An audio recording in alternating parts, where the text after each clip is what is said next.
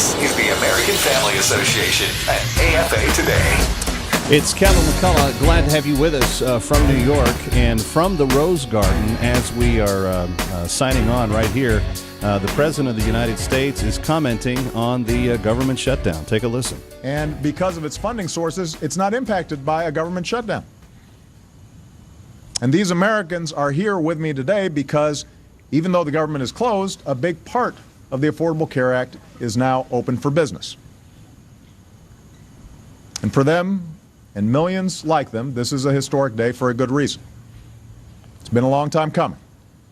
But today, Americans who have been forced to go without insurance can now visit healthcare.gov and enroll in affordable new plans that offer quality coverage. That starts today. Except that it doesn't start today. That's the problem. They've had hundreds of thousands of people already try to access the website, and they are having massive problems with the hitches that are involved in the accessing the affordable health care resources from the Affordable Health Care Act as carried on by the Obamacare legislation in just this short few hours that it's already been live since 12:01 midnight this morning. Kevin McCullough, very glad to have you with us. Not only are we seeing the implementation and kickoff for Obamacare get underway, the enrolling in the exchanges, if you will. This is the next layer of implementation. Some of it started last year where kids could stay on their parents' insurance rolls for longer, as a handful of other opportunities. But this is where the rubber meets the road on the issue of Obamacare, whether people can truly access it or not.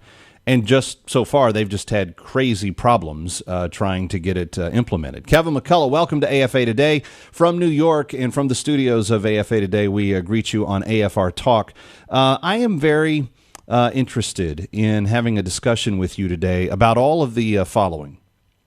The beginning of Obamacare, the implementations, the problems that people have had. If maybe you've tried to log in today and you had some sort of problem, what was that?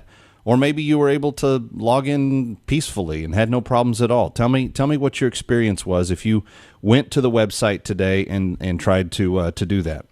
But then I want to get into this other issue, and it has to do with the government shutdown, and that's what President Obama took the podium in the Rose Garden for. He opened the speech by talking about how this was all the fault of the GOP, and this was the GOP shutdown. He kept calling it the GOP shutdown, and kept saying again and again how he felt it was unfortunate that these handful of radicals in the United States House of Representatives were wanting to injure the country in this way.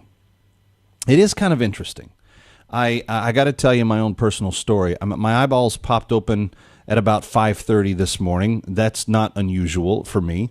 I often spend quite a bit of time laying there in bed doing some reading, some devotions, some prayer time, and then I get my day started a little bit later. But my eyeballs popped open at 5:30, and by 6:30, 6:45, somewhere in there, people were beginning to email me, text me, comment on Facebook, etc., about the government shutdown.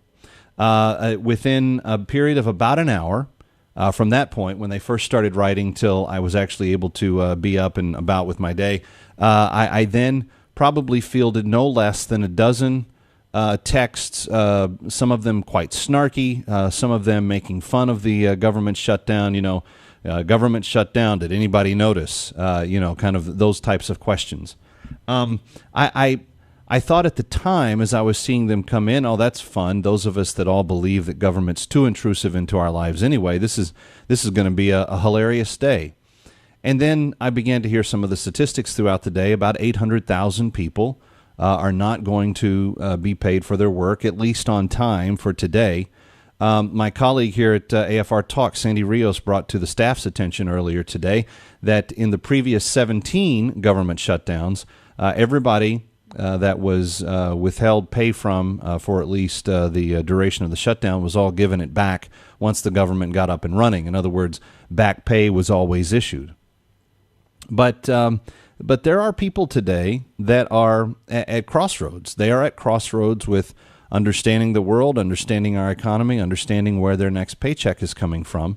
And so while I think the temptation is to be I have a good deal of levity about the inefficiency of government and why government is a rather large burden on the efficiency and welfare of a nation.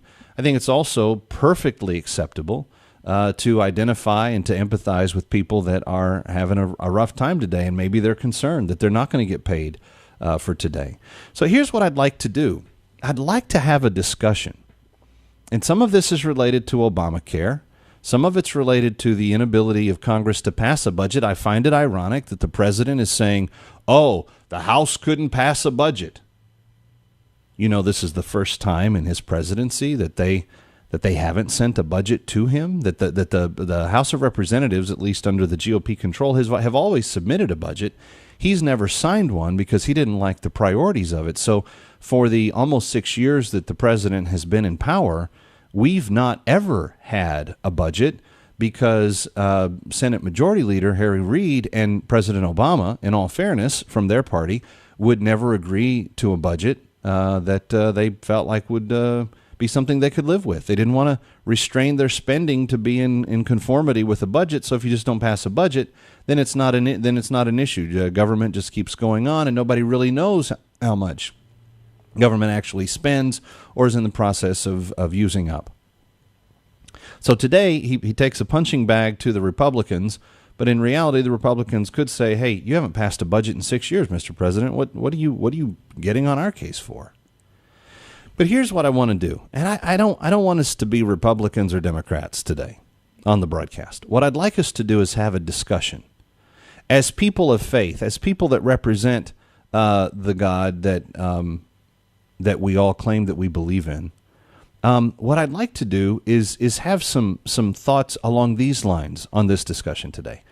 How should we think from a Christian perspective about the government shutdown? What should be some of the things that we should include in our discussions with people, maybe not around water coolers, maybe we're not at a water cooler today, or maybe you are, and maybe you do think it's hilarious that the government has gotten so tripped up on its own clumsiness that here it is having to shut things down today.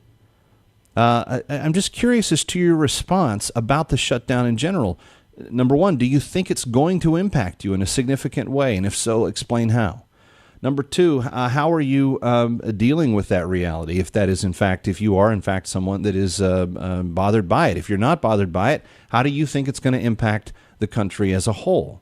We heard a lot of warnings about not letting the government get shut down. Do you believe those warnings are going to come true, or do you think, like sequester, it's largely going to be a whole bunch of huff and puff, but nothing there when the house gets blown down? It really turns into nothing. Where do you come down on this? 888-589-8840. Kevin McCullough, here's what I want to do. I want to obliterate the confusion.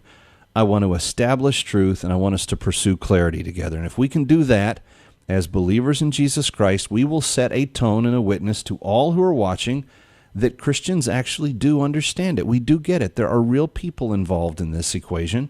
It's not a theoretical discussion exclusively.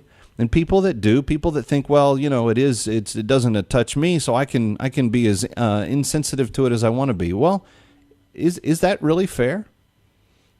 Because you could make a critical argument saying if people that work for the government aren't prepared for a shutdown, then have they been good stewards of what the Lord has given them in the past? Have they created a proactive plan by which they are grooming themselves to experience success regardless of the external stimulating factors? For instance, we never know if we're going to have a job tomorrow. Are we actively saving and preparing for what should be just ahead? And if people are not prepared for that and they've been on the government payroll for a while, is it their fault if they end up being out of work and not getting paid through the shutdown? See, there's a lot of angles to this. You can talk about stewardship, but you can talk about compassion. You can talk about responsibility, but you can talk about the need to help those that are struggling. There's a wide range of impact that this shutdown will have on the average American's life. How do people of faith talk about it? How do we think about it? And what should we be doing by way of example to the world around us to demonstrate that we are not heartless, cold-hearted people, but that we actually do believe in principles that are important for very specific reasons because they are good for us and they are biblical and they are true. But also, we can slide up beside them and say, hey, brother, sister, you're having a tough time. Here's how we can help. How do we think this through as people of faith? I want to know your thoughts on that right now. 888-589-8840. 888-589-8840. 888-589-8840. What is the believer's call? What is their clarion understanding of a trial like this from a Christian perspective? Let's start with Kay. Actually, Kay's not ready. She's not screened yet. So we'll get to the callers are already coming fast and furiously. 888-589-8840. I want to take your calls all hour long. 888-589-8840. 888-589-8840. Now, I also want to remind you about this, because coming up later this month is the Fall Share-a-thon at AFR Talk. You know how important it is. We do not exist on government contributions at AFR Talk. We don't provide this service each day. This show doesn't come your way each day because the government funds it. No, we're not NPR, but we are listener supported. And so here's what I would love to know specifically from you. AFR Talk is wanting to know how AFR Talk has been used in your life. Do you have a story of how God has used us in this last year? Have we motivated you to become engaged in the culture war, to think through the issues of the day, to be more proactive in terms of your approach to public policy? What encourages you most about AFR Talk? What is it about our services that provides you on a daily basis? I don't want to take those calls on the air right now. What I want you to do is I want you to call a special voicemail and tell us your story so that we can use it to encourage other people during Share-a-thon this year. The phone number is 800-326-4543. That's 800-326-4543. 800-326-4543. 1-800-326-4543. And then hit option 8 on the menu that pops up just after that. Can you do that for me? 800, toll-free call, 326-4543, and hit option 8. And then tell us your story. Tell us how you found AFR. Tell us what it means to you. Tell us what it is going to do, what it has done in your life so far, and what do you think it will be used to do in the future. We want to know all of that. 800-326-4543. 800-326-4543, option 8. Now, we're not talking about that on the air. That's for the voicemail for AFR Share-a-thon, and it's just around the corner, and we want to hear your story, so please tell us if this radio network has been used for something important in your life. But we are taking your thoughts on dealing with the shutdown, dealing with the Obamacare hassles, people trying to enroll in the website today, and it's just burping all over the place. The website's not working right. They've had hundreds of thousands of people try to access it. It is not working properly, and people are getting upset. I've seen sarcastic comments hither and yon across Facebook and Twitter today of people just making fun of it. And maybe that's okay. Maybe it's good to laugh at ourselves as Americans and say, hey, we think we're as wise as the people that tried to build the Tower of Babel. That didn't work out so well for them either. Maybe we don't know everything. Maybe God is humbling us as a nation. Maybe this is part of what we are needing to really become more dependent upon Him. What do you think of that? How do we discuss with the people around us what this means, but specifically as people of faith? I want to know that today. Kevin McCullough on AFA Today. AFAtoday.com is our Facebook page. AFR Talk is where you're tuned. I'm Kevin McCullough. Stay with us.